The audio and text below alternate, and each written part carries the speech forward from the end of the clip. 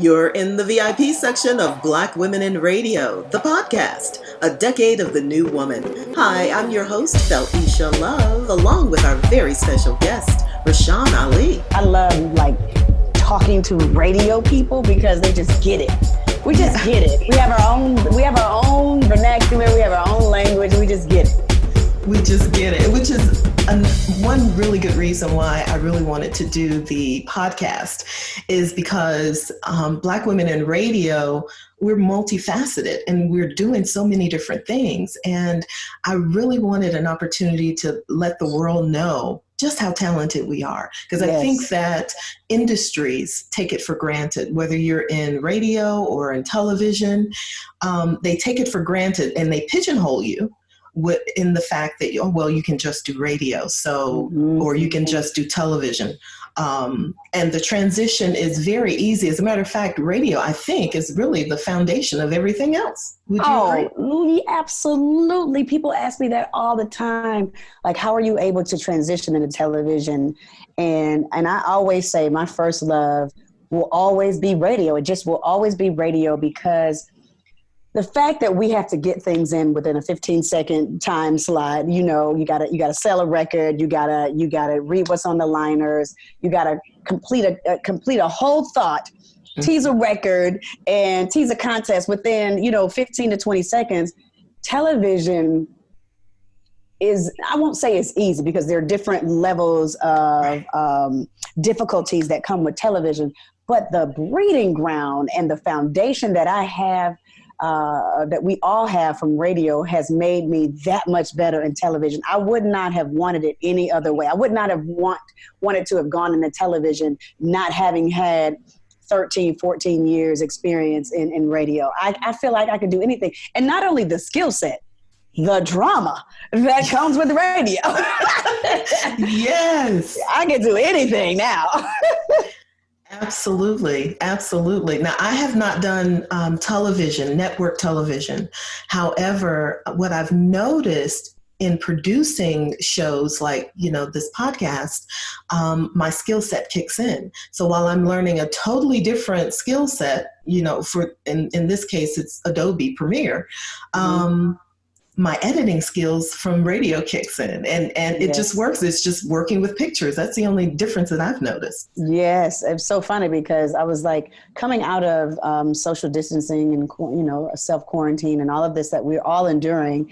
I told myself coming out of this, I want to be better than what I was going in. And of course I have a podcast, the Cool Soror podcast, which I was doing for quite some time, but I did depend on so many other people to help me. I need somebody to edit. I need somebody to upload it to Podbean. I told myself I want to be very self-sufficient coming out of this time that we all have to reset. I mean, so many people's, not to be insensitive to people's families who are going through COVID-19 or who have lost members of their families or even themselves have lost life, not being insensitive to that. But for those of us who still have breath, who still have life to live, we have to fulfill what has been dormant. And my podcast has been dormant because, you have Sister Circle, you have all these things that you're doing and you're like, okay, I'll get to it. But this is what used to feed my soul in the interim before I got this huge opportunity with Sister Circle, but realizing that Sister Circle is not mine. And at any moment, and what radio did teach me is you can be the best on Monday and you can be replaced on Tuesday. Isn't that the truth? Yes, it is the truth. And so those realities made me come back to life and say, let's make sure we create what God has given you, the blessings, the gifts, the ideas that God has given you, and continue to move forward with what those gifts are. And so I'm happy for this reset, honestly.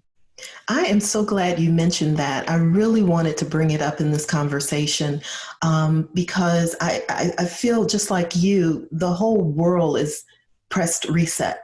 And now we have opportunities to sit in our own homes and be with ourselves. Even if we have families, we can't fill it up anymore with the job or, socializing. We are now having an awful lot of time sitting with our own spirits, our own selves, trying to figure out, well, how have I been fed? Well, is this working for me now?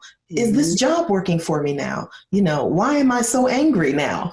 And those are, I think, intuitive red flags to let us know that there's some adjustments that we need to do personally to figure out what it is that fills our souls so that we can create. And that's exactly what you were saying. You noticed, my goodness, my podcast has been dormant. Let's get busy. This feeds my soul. It does. I've been putting it to the side maybe because of, schedules. Now all of a sudden nobody has I won't say nobody, but very few people have a super tight schedule now. Yeah. And it's an opportunity to breathe. Don't you think? Goodness. It's been very spiritual for me too. Just a spiritual experience, very emotional. I've connected. My husband and I have been married 17 years. We have an amazing relationship. Congratulations. Thank you. But please write a book, by the way, when it works. Yes, because you realize how much you like when you're in a healthy relationship. You realize how much you like someone when you don't have softball practice to go to, and he's a track coach, and he's a teacher, and I'm this big personality, but we have children who go to 2 different schools and they have 2 different sets of extracurricular activities. When you don't have those different stressors on you and all you have is each other and time. And when that is healthy, I will preface it with that. When that is healthy already, it only becomes more healthy because this man can't even walk by without me saying, boy, you're so fine, I love it. But it's a beautiful thing because you hear all this negativity, the divorce rate is going up and all that. But if we feed that into our systems and our souls, then that will, I believe in universal thought and what you put out there, that's going to continue to manifest. So I'm believing in healthy outcomes, healthy marriages, healthy relationships, healthy, just, that internal health that each of us needs. So I'm just taking the truly as not only a reboot for this podcast, us having this conversation. I'm not sure if we would have had this conversation, had it not been for the reset, but all of these things are happening in God's timing. And I just believe that for those of us who are still breathing and living, we have to now truly live on purpose. You hit the nail right on the head, living on purpose. Yes. I am so thrilled because I do have some questions for you, but I was just really feeling in my gut that once we started a conversation, it would take a form of its own, and it has. I want to roll back a little bit and talk about healthy relationships. You hit the nail on the head when you said that when you have a healthy relationship, you've got a strong foundation now, and you're building on that, and you're appreciating each other more, and you're growing together, and you're noticing what holes perhaps you've had in the relationship that was prohibiting you from enjoying each other even more. Yeah. However, those relationships that are not built on a solid foundation, unfortunately, I'm certain of it, it will fall apart. Yes. So let's speak just a moment to those people who are experiencing discord, even within themselves, because that's when you notice it first. When things aren't going right, you totally know. You totally know. So what do you think? Absolutely. Let me just start by saying I'm an advocate for therapy. I've been in therapy for close to a year now, and every Wednesday, generally at 12 o'clock on the couch, I have a teletherapy session tomorrow at 11 o'clock. And I truly believe in that because I wanted to make sure that those things that, although I had an amazing upbringing, 2-parent home, parents, master level education, just really a solid foundation. Everything that we are and who we become as people, a lot of those things have stemmed from, what we experienced in our childhood. So I wanted to make sure Rashawn was being healed, and I can bring the best of who I am, not only to myself, but to my husband and to my children. And I'm still a work in progress, but I knew I had to start with me. Yes. And like you said, you noticed the discord in yourself first. And I knew that I just could no longer live this life where I am so encouraging and inspiring to other people, but don't give myself the same liberties. Yes, absolutely. Yes, Absolutely. yes. I don't give myself the same liberties. So to go back to relationships, I had to deal with me and my shortcomings, and I still deal with me and my shortcomings, but now I can recognize where they come from, when to correct them, when to apologize. I'm not afraid to apologize to my husband. I'm not afraid to apologize to my children. I get it wrong all the time, but to be able to recognize it and understand, okay, how can I be better from this situation so that I can be the very best version of myself when I present myself to the world? And so I am loving this conversation. I am loving this conversation. Thank you. But I have put on, and what I do when I pray, I journal now because that's what works for me. So I pray for those families who are broken. You have to think about families who are stuck with people who are their abusers. We have to think about, not even just physical, but mental and emotional abusers. We have to think about what's really going on in the world. So while my pocket is beautiful, I don't forget to pray for those whose families or pockets are not so beautiful. And I think that is each of our responsibilities, to not just say, oh God, thank you for the reset for what I'm doing this, I'm doing that. But think about others, because that intercessory prayer and you being selfless in that, I think that's what continues to bring the love and the blessings back to you. So for those people who may have had that bit of a discord, I think having those just great conversations, let's talk about what's wrong, because we're going to have to be together at least until April the 30th, at least. So and you have to figure out a way to make it work. Or not. And you got to make that decision. So it starts with me, and I think everything goes from there. And that is exactly the reason why it's so imperative that we have conversations like this, even now, because like we said, people have a lot of time on their hands now, and they're feeling emotionally a different way because there's nothing to pacify it. I love the fact that you mentioned that you have therapy, because there's a stigma in Black culture that, you don't talk to a counselor or a psychologist, or you don't do those things because it's a sign of weakness. Right. I am an advocate for it as well.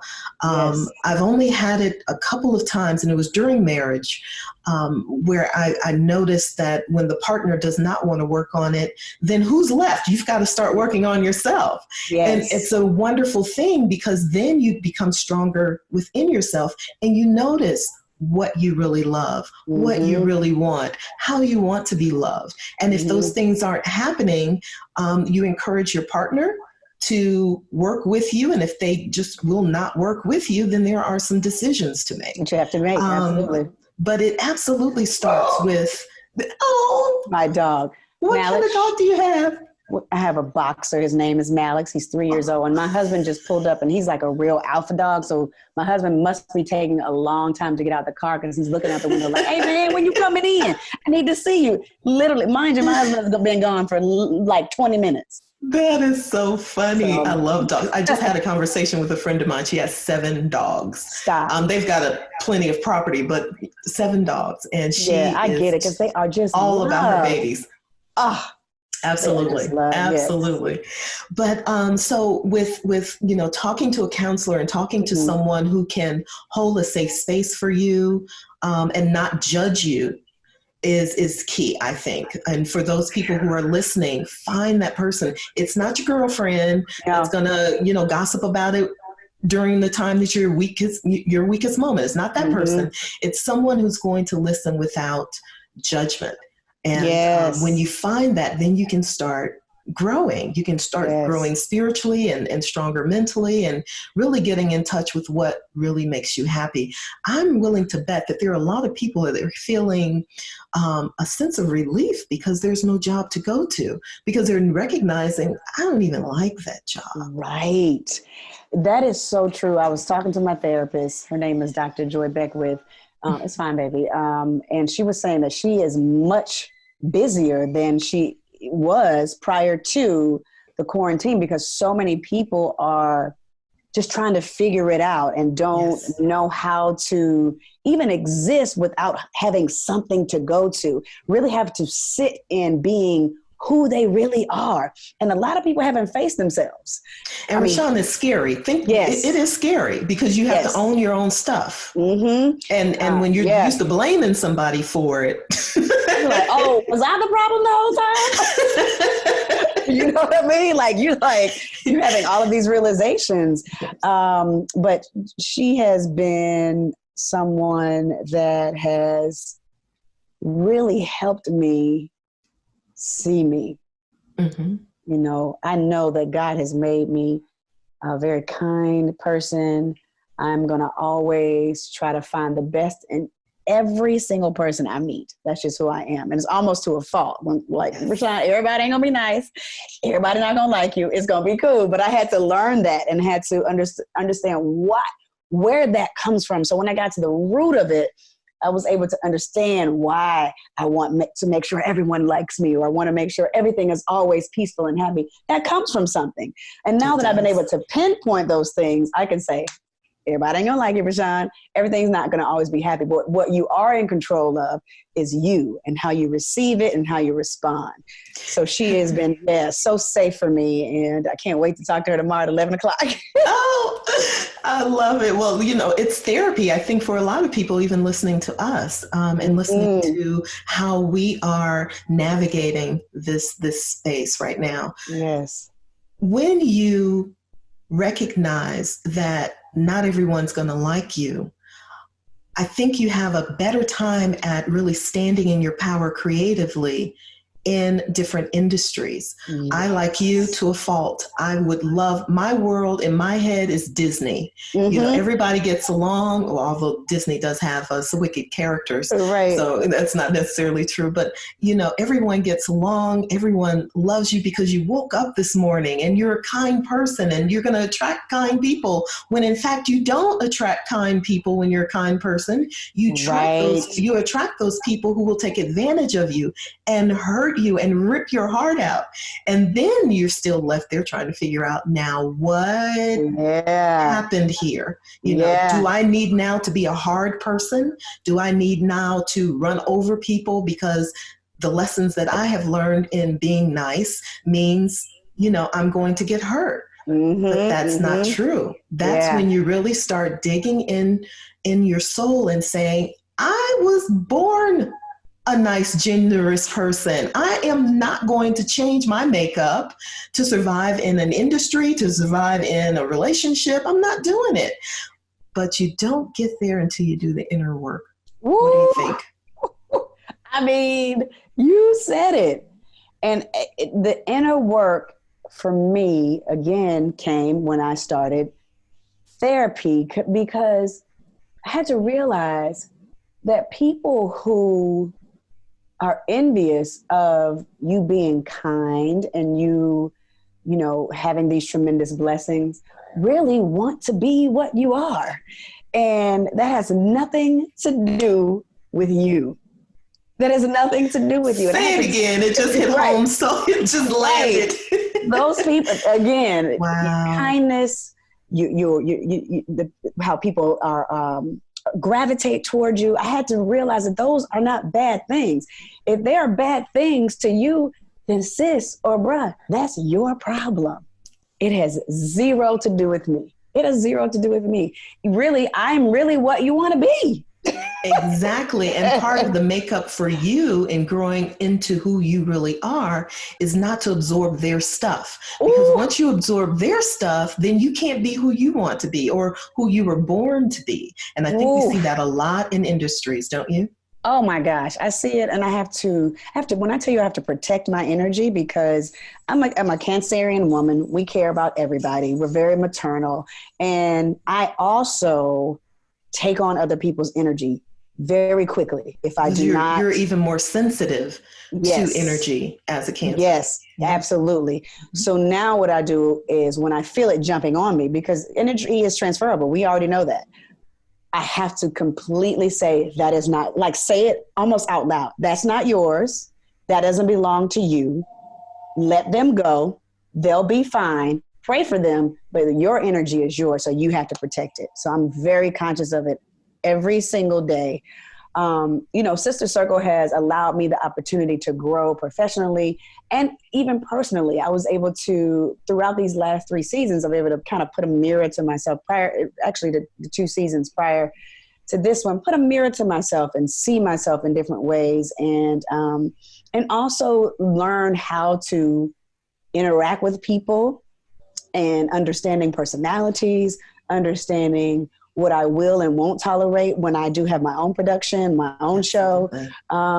So this has just been, while I love and adore everyone for what they bring and who they are, I also know what I will and will not tolerate in my next, whatever the universe affords me to do next. So it's been fantastic. So, learning energies, learning how to take what's yours, not to take what's yours, like all of that. This has been one of the greatest experiences of my life, professionally and personally.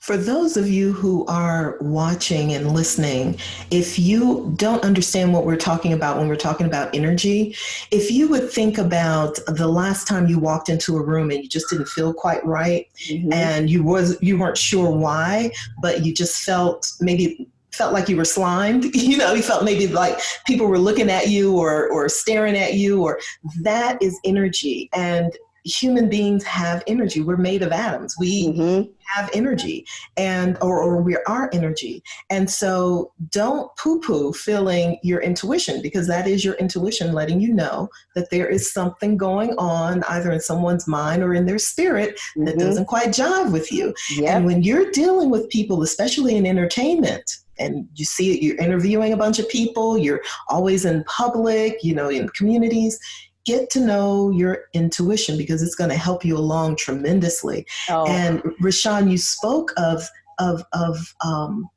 cultivating your energy and protecting it. Huge. Yeah. Huge. Yeah. You absolutely have to. You have to, because if you because I have several times let other people's energy dictate my day, dictate how I react, dictate how I perform, mm-hmm. all of that. But then that's when you're giving permission for that to happen. Giving them the power. Yes, you cannot give people, and more than likely 9 times out of 10, they don't even know that you're ingesting their energy. It's something you're like, wow, I just took on their energy, and now they're going on about their day. And now I'm having a good time, and you're still upset, and you're still mad. You're angry, and you look over, and your mind is just twirling around and around that same thing that irritated you. You can't let it go, because we're not trained. I wish this was in school. We're not trained how to control our minds. We can control our minds, not someone controlling it for you. I'm not talking about, hypnosis or anything. I'm talking about, just like Rashawn and I are talking about, getting to know yourself. You are getting to learn how to control your mind. And so when instances like that happen, it doesn't keep replaying in your brain. You recognize it and you release it. And I believe, Rashawn, correct me if I'm wrong, that's one way that we use to protect our energy. You have to. You got to learn to know what's not yours. What's mm-hmm. not yours. And literally I say it out loud. Oh, that's not mine. I do and too. then people are like, what do you? Yes. Nothing. I'm good. That's not mine. But I have to tell myself that, because I want to heal the world. My mom used to always say, girl, if you were born in the 60s, you would have been hippie. You would have been you'd been right out there with the rest of Flower child. Oh yeah. She calls me that all the time. You've been right out there in the mud. All that, that would be me, because I want to make sure, I want to make sure the world is good. And like, my husband will look at our account. He's like, who is Jeffrey Tatum? I'm like, well, he said he needed some new shoes, and I ain't having it. I just gave him Cash App, I'm always giving to somebody, but I feel like that's how I get my blessings. But yeah, you got to protect mm-hmm. it. And then, what's yours is yours. But you have to know yourself to know what energy is yours and what is not yours. That comes with knowing who you are. Absolutely. I think we've given people a nice nugget of information to start to work on themselves. And the first energy you want to get to know is your own. Yes. So just like Rashawn and I said, we're innately good people. I'm not to say people in general aren't good, but we're happy people, and we love to be loved, and we love to love on other people, but we have to protect our energy so that, Right. We stand strong in who we are. So once you get to know who you really are, I believe you have two choices in the matter. And I believe life is like, life lesson school. You're a person that has a really big heart, then you get relationships and jobs that abandon you or make you feel less than. And it's not, I believe, on this side of all of those experiences. Not to say it's over, because it's never over until you're dead. Right. But on this side of that experience, it doesn't happen to make you feel less than. It happens so that you can really dig in deep and own your power, not give it away. Yeah. Because you can do some fabulous stuff. Look at Rashawn. You have done so many wonderful things. I am so excited. First of all, let's talk about the fact that you have broken quite a few ceilings for minority women and women as well in sports. Thank you. Didn't start just in radio. You started on screen doing sportscasting.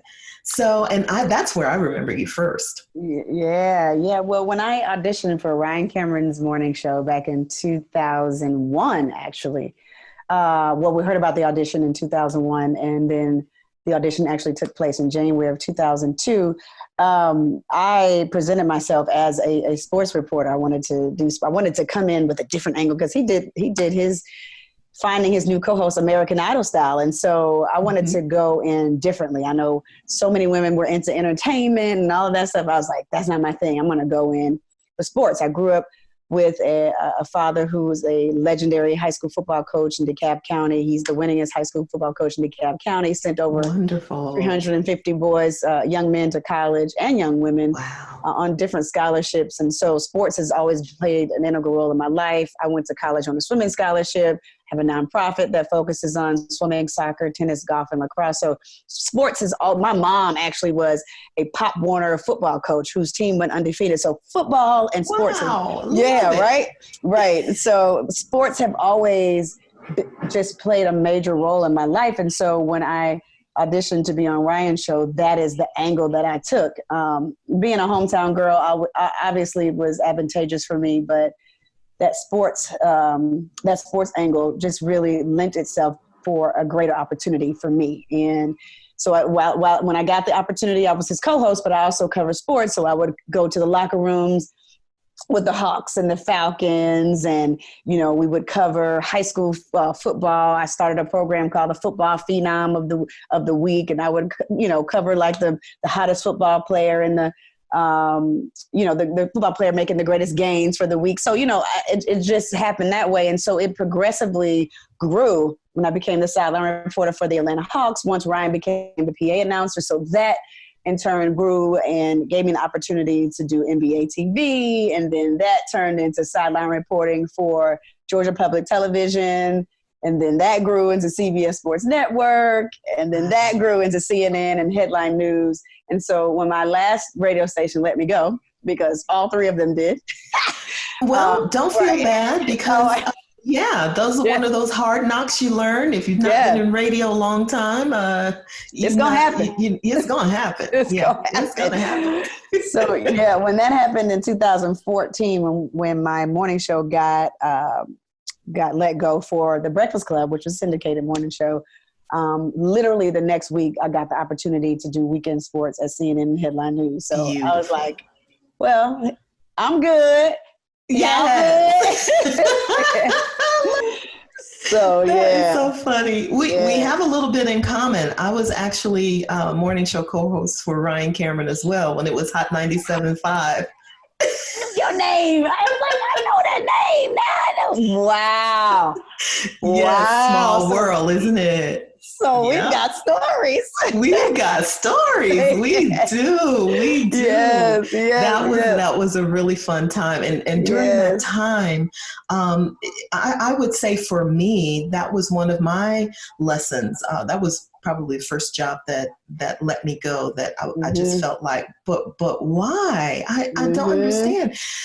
And you know what? Let's speak to that, because there are a lot of people now without jobs. Yes. And although it's COVID-19 is the reason why they're without jobs, some people are being let go. And you Yes. still have that same feeling Oh, when God. you're on a job and then, you're let go for whatever reason. Let's speak to that. What would you say to people who have lost their jobs and jobs that they really love? Because that's pretty Right. much what we're talking about. You let go for Yes. something you absolutely adore. What would you I say? look back on all of those situations where we got replaced for Ricky Smiley on Hot 107.9, got replaced for, when I went to V, back with Ryan, he and I parted ways after 1 year, and then went to Streets and got let go in 2014. And these are jobs that we all loved. I mean, you know how radio is. You'll have literally, I remember having great shows on all three of those stations before. It's the best time. It is. Right. It is like the best time. just When having, the chemistry is right, it's awesome. oh yeah. And it was always I always loved working with who, God chose me to work with. And, Yes. and I will always be indebted to Ryan, because he gave me the opportunity. God used him to give me the opportunity to really help catapult my career back in 2002. But I would tell people who are being let go, especially in the midst of COVID-19, this pandemic, because so many people are experiencing the same thing. God has placed a dream and a goal that many of us have sat on for so long. And sometimes you need to be pushed in ways that don't feel so good to tap into that gift. And when I give speeches, I always say, if God placed it on your heart, how dare you not try? Like, you got to at least attempt. So there's a dream, although it's going to hurt. It hurt every single time. Preaching right now. Right. Yes. It hurt every single time that I got let go, but I was better for it. Yes. When you look at it in retrospect, God was, the universe, whatever you subscribe to, was setting me up for the bigger blessing. So what are you going to do with those gifts? Yes. A lot of people who are sitting in corporate situations are so in love with, I got this money, this amazing 401k, but what does your heart say? How does your heart feel? Mm-hmm. Are you really truly doing what you love to do? Now, there are people who love the corporate life and are doing what they have been called to do. I get that, but there's a lot of people who are not. And so if you're being let go from those situations where you thought that this was bringing you happiness, now is the time to tap into what joy is. Happy and joy are two different things. What joy is. Absolutely. Yes. Absolutely. Tap into what joy is. So I feel the joy that I'm happy. I have joy and happiness on Sister Circle, but the joy that I feel now that I've relaunched this, talking to you, I'm having conversations. I'm literally getting dressed, putting a dress on, putting makeup. My kids are like, where are you going? I'm like, downstairs. I got an interview at 1:00. Yeah. Do lashes and all. But being able to like share my story and like doing, Instagram lives and like really helping people and like, this is what I love to do. And so find out what it is. Ask. God, tell me what it is that I'm supposed to be doing. Like, show me the gifts that I know that are in me. And most people know the gifts that are in them. They've just been afraid to do it. Yes. But now you don't have a choice. So I got to tell you a story. I have to tell you a short story. A friend of mine said, well, Felicia, when we were just talking and I said, I really want to do a Black Women in Radio podcast. And she said, great idea. You should do it. Well, I wasn't feeling it. It's like I've worked on so many different projects and it didn't quite pan out the way I wanted to. And, you know how it is finding sponsors and all that. And I thought, I'm just not. And she said, I really think you should do it. So I got off the phone with her and I kept walking. I was doing a walk. And then I was thinking, who can I call to talk me out of this? Right. True story. Thinking, okay, who can I call to talk me out of this? And then I caught myself. And I said, Felicia, are you really trying to do that? This is your calling. This is what you are on earth to do, is to make people's lives better by interviewing other people so that we can see the mirror. Yes. We can see the mirror. You are me and I am you. Yeah. I mean, when I saw your Instagram come up on my feed, I was like, oh, Black women in radio. And the fact that you and your team still tag me in different things, even though I'm not quote unquote in radio. Yes. That makes me feel so good, because radio, if all of this ended today, as far as my television career, all of those stations that I was let go from, and anywhere that I would want to go, 9.5 times out of 10, I will get a job tomorrow, because Absolutely. I have not ever burned a bridge in radio. And that's what I would encourage women in radio to do, like for the young women who are, because it's so different now for the younger women. Oh, coming it's in very the different. industry. Yeah. They have podcasts. They have so many different avenues to be able to do what they want to do. But I'm glad that Black women in radio are still staying true to the core of what radio is. I'm so appreciative of this platform, because people think that, radio is a lost art. It's not. It is not a lost art. It's evolving, but it's not a lost art. You're absolutely right. Yeah. So thank you for being obedient to your call by even starting the platform social media wise, but now starting to do this and interview women, because radio women, well, all women, we have a story, but I think radio women, our stories are even more special. We got a little something to say. That will help other women who listen to us, and that's the interesting thing. We have followers, but our followers only know one aspect of who we are.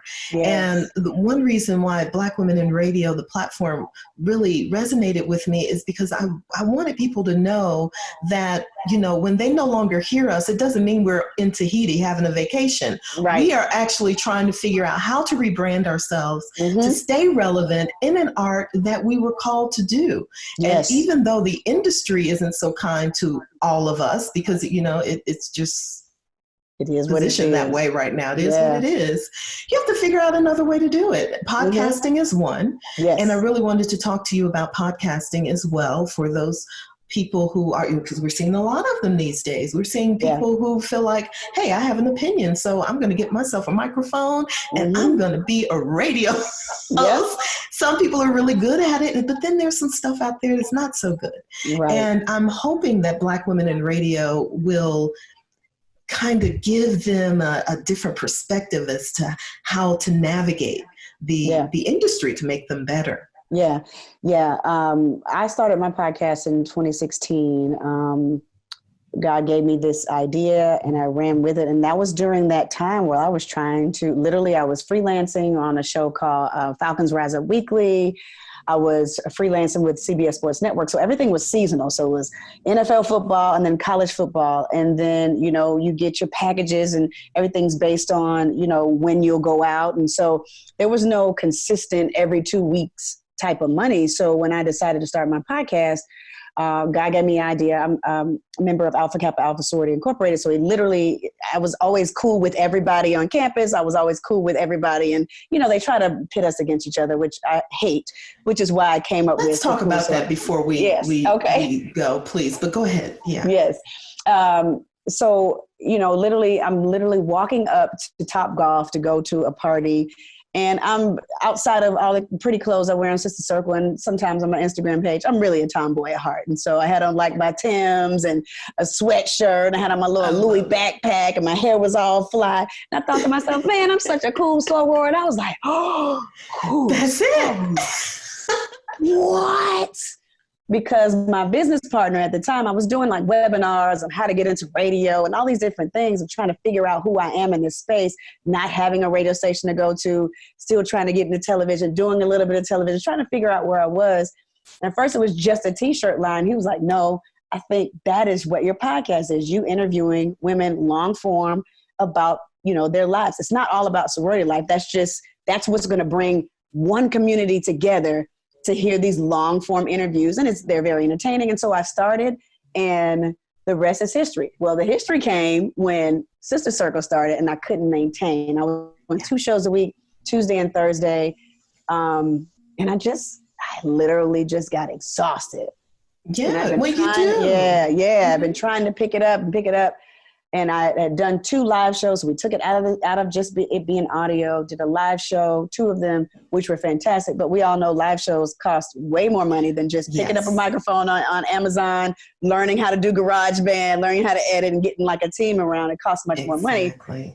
But I missed having these types of conversations. I missed having that. I don't have to be interrupted by a 6-minute, we only have 6 minutes this first segment, then we got to take a commercial break. You got 6 minutes on the second half. Yes. That's really not an interview. Exactly. I love TV, but I got so much to say. So I started the podcast, and it got a lot of buzz. So now I'm having to almost recreate the buzz, but it's fine. The thing about podcasting is you have to be consistent. Once you get a buzz around what you're doing, people want the content, and they want to continue to receive the shows. Now, I've not made a lot of money off my podcast. One Christmas time, I was able to make a little money, but now with my platform being what it is on Sister Circle, I'm able probably now to, I'm just making sure I'm producing a lot more shows. So I know that the sponsorships and things will come. I want them to come organically. But you got to put in the work. The podcast game is just continuing to put in the work. The money will come, but I have heard, and what research has shown is like the first 3 to 5 years is really putting in work, and then the money comes after, just like any business. That is so true. And for those of you who are listening, you know, putting in the work 3 to 5 years is about right. Because it took me 5 years. I'm 5 years in doing my 2-minute manager shows, which are kind of little wellness moment bites for radio and podcasting. And I've not made a lot of money off of it as either, but there's just something within me, and I really hear that coming from you as well. There's just something within me that says this is what you're born to do. You have to do it. I can take a nap and try to sleep it off, and when I wake up, it's staring me in the face. So you know, that's when you know you've got to move. Yeah. So stick with it, everybody. Yeah, please do. I mean, you know, a lot of these white guys, and no shade, they've been doing this quite some time, and many of them are multimillionaires, multimillionaires from literally doing what we're doing right now. Exactly. But you know, there's a little bit of privilege there. Obviously, we know that just goes without saying. But they have put in a lot of work and a lot of years of making this very lucrative for themselves. But we can do the same thing. And many of us have. And that's really what I would like to use the Black Women in Radio platform for, is to figure out a way where there is a lucrative network of Black women that we can assist to do what they love to do and what they're good at. So I'm really looking forward. When I figure that out, that's gonna be real. That's gonna be real good. I can't, another thing that this, and I know we got to wrap up or whenever. Another thing that this reset has done for me is I realize the type of life I really want. And I want to be, going to set every day. While it is a blessing, I do miss out on, making sure my daughter's hair looks both of my daughter's hair looks a certain way, making them breakfast. So now I'm cooking for my entire family. They're like, where's this avocado scramble coming from? I'm like, I love it. But I'm seeing the life that I want. Yeah. And I'm seeing the life that I can create for myself, my husband, my children, because God gives us the ability to do what we want to do. It's just that most of us are, we spend our time waiting on God when faith without works is dead. We've created this particular life. Why can't we create another one? So I want this, what we're doing, all the other things that I have going on. And now I have the energy and I feel so good about to move those things. And to cap it off, when I talked to my therapist, she said, when all of this is over, how are you going to re-enter? Like all this energy that I have, how are you going to re-enter the world? What are you going to take with you when you re-enter? So when I re-enter, I'm taking this feeling, I'm taking this energy, I'm taking this thought, I'm taking this love, I'm taking the God within me with me to be able to do extraordinary things. And you know what? That's a lot of ammunition. It is. I'm trying I'm trying to get, do you understand? We've been blessed with another breath of life. So with that, we got to go and get it. Exactly. Absolutely. Yes. Everybody Absolutely. can't, everybody has a time stamp on their lives. And we don't know when it is. You don't know when it is. Kobe and all of the amazing people on that helicopter had no idea that was their last day on earth. Absolutely. So what are you going to do with that dash, whether it's 13 years old, 9 years old, or 44? Yes. What are you going to do with the dash that's going to make it count for when you're gone? That's a huge challenge for everybody that's listening and watching. Huge challenge. Yes. You know, don't just sit there and wait on the next shoe to drop. Mm-mm. Be proactive. Get to know yourself. Build a fortress around yourself to protect your own energy while you're growing spiritually and mentally, and go get it because it's there. I'm an advocate for being able to have it all. I absolutely believe that you can, but it all comes from us. So we have to have enough rest to do it. We have to have a support system to do it. And like we said early on, finding someone who will speak to you or listen to you without judgment. And don't let failures stop you because there are plenty of them out there. There are. There are plenty of them out there. I wanted to play a quick little game with you before you leave. Really quick word association. I'm sure you know about it. Yes. Just a couple. Okay. Here goes. Okay. Heels or flip-flops? Well, I have on flip-flops right now. It's hard. I know. It's like, depends on my outfit. Depends on my outfit, but definitely heels probably because I got a nice little wardrobe. I love it. You do. And those pictures that you take are stunning. Anyway. Thank you. R&B or hip-hop? R&B. I don't know. Hold on. Man. All right. Boy, that's a split. Because I love some hip hop, but I love some R&B too. Like I split because we listen to music, so much music now. Mm-hmm. I mean, I listen to so much music just in general, but now it's just like heightened. And both is split, and then I'll throw in pop or some rock. Like my musical palette is like so vast. And it's even worse when you're working in radio and you love, I don't know about you, but I should probably be hard of hearing because in the studio, I wanted to feel every vibration of the music. Yeah. So yeah, I know that's hard. Yeah. But you got to give me one. Okay. Hip hop. I was going to say, I'm going to tell Ludacris and T.I. No, hip hop. Outkast, all of it. Yeah, I'll tell them all. Tell them all. No, I'm kidding. Okay, wine or shots? Oh, wine. Ooh, yes, God. Beach or mountains? Beach. A book or magazine? Book. Oh, I love it. Yes. I love it. I love it. I won't make you say radio or TV because that's a draw there for sure because we're just expressing. Or you got one? It is a draw. But it's something that radio gives to me that is equivalent to breath. That's how easy radio comes to me. Yes. See, radio comes to me like breathing. I love it. Mm-hmm. I love it. Mm-hmm. And that's so true. When you're that good at your craft, no matter if you can find a job or you have to reinvent yourself, whatever the case may be, you still have to express that.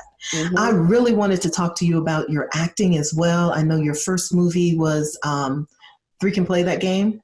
Well, it was really Chocolate City that Will Packer and Rob Hardy produced when we were in college. So they had Rainforest Films, Rainforest Productions way back then. That was their first movie, and they cast me as Alice. I was a freshman, little fly freshman from Atlanta. They felt, so easy to play that role, right? Right. So that was my first film, but first major role would be Three Can Play That Game. But I was also in Trois Three, The Escort. I've been in a number of films. I was just on this past season. Well, they did not renew it, but Ambitions. I was on the season finale of Ambitions that was on OWN. So I've done a few things, and I did almost like a breast cancer PSA / movie for BET last year. So I do a little bit in the acting realm, but I respect actors so much that I don't want to honestly half-ass when it comes to acting, because so many people put their whole livelihood into the craft. And Yes. so my livelihood is television. I'm a TV personality. I'm a radio personality. Acting is like 4th or 5th on my list. So I don't want to play with it. I don't want to play with it, you know. And It I don't is want a to craft. play. It's a craft of its it own. is. It's just like we have a craft. Mhm. These men and women are putting in a lot of work, and so that's not to say that I don't when I do it, but I don't want to play around with that and just getting things just because I want to work for it. So Right. I love you because you're all about foundation. Build it, Yes. even if it takes a little time, build a foundation. And that way Yes. you can stand on that for a little You while. can, and you got to be okay with it. You got to be. I just believe in I believe in putting in the work, man. You got to put in the work. Mhm. I don't believe in just things being handed. Nothing was handed to me. I worked hard Yes. for everything that I have received in this lifetime, and that's Me what I too. like to, encourage the young babies who want this thing overnight. It's not gonna come overnight. And then even if it does come overnight, have you noticed the number of radio stations that will hire, no shade radio stations, but the number of radio stations that will hire YouTubers that have the following and then discover that that's not their passion. They don't even stay long. Or they find out, wow, this is totally different and they're not good at it. So it's really unfair to throw people into that situation without grooming them. Right. And it's very, go ahead. No. You were going to say. It's very similar to when you have these social media comedians, but they can't do 10 minutes on stage. That is true. I didn't think about that. Very true. Yeah, because we get a lot of comedians that come on our show, and I've interviewed several. I used to host a night at Uptown back in the day, and these guys and women, they study and perfect their craft. But you have some social media comedians that have millions and millions of followers. You get them to try to do a set. Ooh, baby, that thing painful. Oh, see, and it's not the same. So not the same. I really think it's our industry's job to make sure that they're groomed so that they don't have that failure. Because I can't imagine the pain after failing like that and having 1 million followers or 500,000 followers and not being good at what you thought you were good at. It's just that it's a different industry. But before one more thing, Rashawn, I'm gonna let you go because I know you have a family and things to do. It's all good. I'm having a good but time. I really want to talk to you about just one word with how we're being pitted against each other as Black women in industries and how important it is that we not give into that. Yeah. One thing that we do on Sister Circle is we pray at 8:00 every single day, no matter what's going on. We pray for God's guidance and to be able to stick together so that we can fulfill the mission of our show, because we all know that it's greater and bigger than us. I faced that earlier on in my career and not realizing that was being done, people pitting folks against each other, just like for no reason. It was just awful. But because we have to know who we are, again, going back to like doing that work of knowing that there's room for everybody. There's room for everybody. I believe that with all my heart. Yes, and everybody has a special gift. Like I had to learn that, Rashawn, you do have a gift to be polished and to be hood at the same time. That's a gift. Yes, and it's okay. But I can imagine how much you must have wrestled with that, because an industry will tell you have to be one or the other in this box. And how dare you go outside the box, and then you really take that home with you. I did.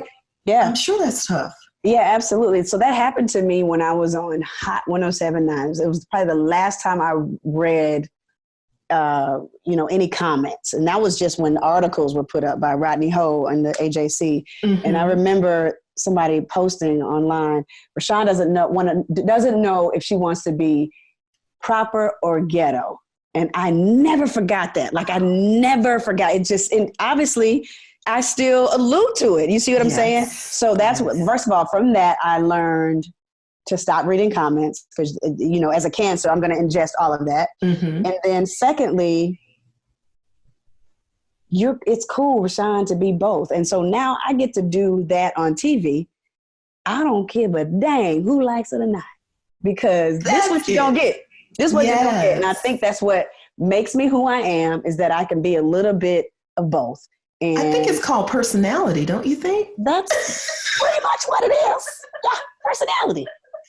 God is blessed. If you were just straight laced and the same thing all over again, then you would be called boring. Exactly. But people will try to throw you off your square, and you just really have to have faith and really get to know yourself in an intimate way, so that when those things come at you, you're not thrown off your square. Yeah, I'm good to go. Like I'm excited about where I'm going. I'm excited about now. I said in my meditation today, like, I'm just happy about being present. You meditate too. I do, yes. Oh my gosh, I feel like we're twins. You got to. You got to. That. Yes, I'm just happy for the present moment. I'm going to actually do a breathing, it's not a workshop, just a little talk on Facebook on Saturday at 9 a.m. Oh, okay. Just to talk to people about how to de-stress within 5 minutes. And it's all about, breathing deeply. We don't realize, that we're taking shallow breaths throughout the day. But I'm telling you what, and I also teach meditation. So I'm thrilled when I hear somebody say that they meditate. I'm like, yes. Yay! Yes. Well, thank you so much, Rashawn. Do you have anything else that you want to talk about? Just we've got a new show coming out on the Cool Store podcast tomorrow. Well, I don't know when this will air. Every Thursday we'll have new shows coming out. You can follow us on Instagram and Twitter at Cool Store. But my main source of social media interaction is at my name, at Rashawn Ali. That's RASHANALI.